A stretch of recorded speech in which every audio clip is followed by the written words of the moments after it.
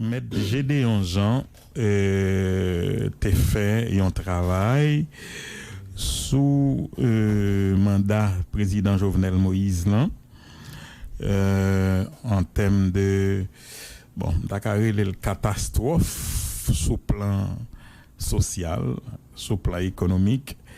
Et il dit dans le rapport ça, d'ailleurs c'est comme ça rapport à titre tout, que n'a parlé de massacre, la Saline, Tokyo, Cité Soleil, Bel Air, mais ça qu'a fait sous élément de la classe moyenne, journée jodia, c'est un assassinat et que moun pa ouais, son assassinat que moun pa ouais. Et de fait, l'on regardait le panier de la ménagère, l'on regardait salaire mounio, Jean-Gédéon dit là, ou après, effectivement, c'est de moun qui a trouvé de jour en jour dans une situation de grande précarité et que cap vivent, mais qui vivent, y a vivoté et RFI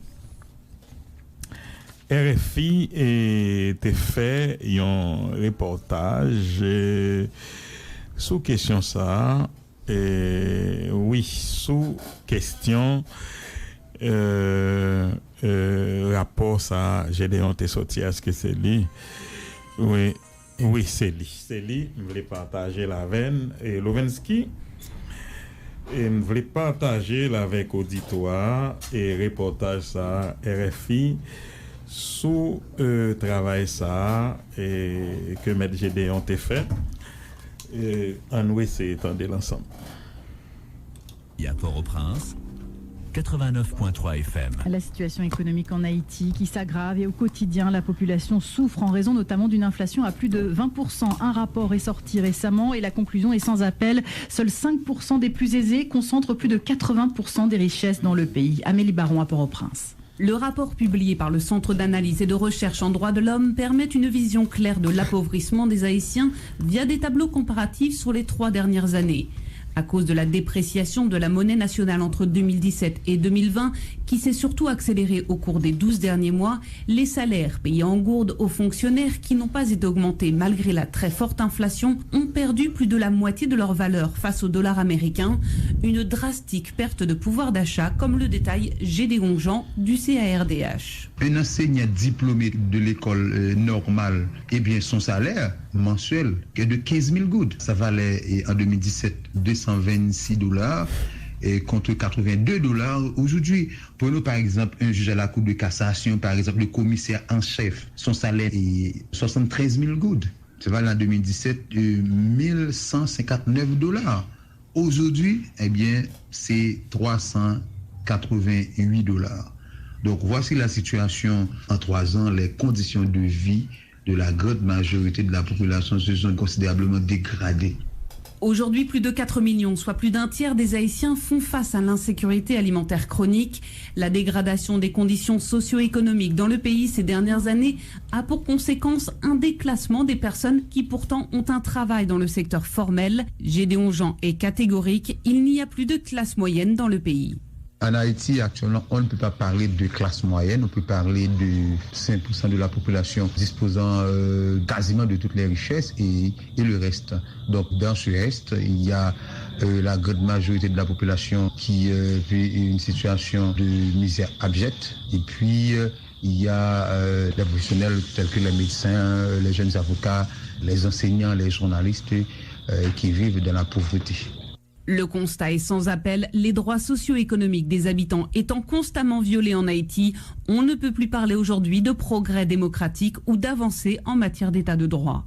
Pour nous, la démocratie ne se limite pas à l'organisation d'élections. Bon, on pourrait s'interroger autour des élections organisées en Haïti. Bref, la démocratie, c'est pas une question d'organisation d'élections, mais la démocratie vise l'exercice et la pleine jouissance des droits de l'homme. Et quand nous parlons des droits de l'homme, nous parlons des droits inaliénables, nous parlons de droits interdépendants, nous parlons de droits indivisibles. Donc si nous parlons de droits de l'homme, nous parlons de choses concrètes. Nous parlons de droit à une alimentation, nous parlons de droit à la santé, nous parlons de droit au travail, nous parlons de droit au logement. Donc dans une société où près de la moitié de la population n'a pas accès à une alimentation suffisante, dans une société où 70% de la population n'a pas accès aux soins de santé, une société où plus de la moitié de la population vit dans le chômage, donc là on ne peut pas parler de démocratie, on ne peut pas parler d'état de droit, donc in fine le droit à la vie est violé. Amélie Baron, Port-au-Prince, RFI. Voilà. Et rapport ça, nous parlons de lui en long et en large, mais c'est tout professionnel, pour qui ça me dit tout professionnel, tout le monde en général, il doit regarder tableau comparatif ça, et qui fait dans plusieurs domaines. On a parlé de panier de la ménagère, ça veut dire, on va regarder de ces 3-4 dernières années, chaque produit séparément, on a regardé combien on te vend telle année, et puis on va regarder l'année d'après. Et Steven, voyons bagaille là, tout pour moi, sous même dollar, dans le même chapitre ça, ou qu'à juste garder, d'ailleurs, on a besoin de prix produit, juste garder dollar, juste garder évolution, taux d'échange là, garder dépréciation good là par rapport à dollar, et puis ou a gon idée de comment misère et m't'ap dit dégradé. Alors Steven prend dans réseau nord-ouest qui fait et qui bail tableau ça, m'penser c'est des signes, c'est des indicateurs qui parlent, ou pas besoin de faire politique avec eux. Et c'est ça que fait toujours dire, moun qui fait politique, qu'on sous pouvoir, qu'on dans l'opposition.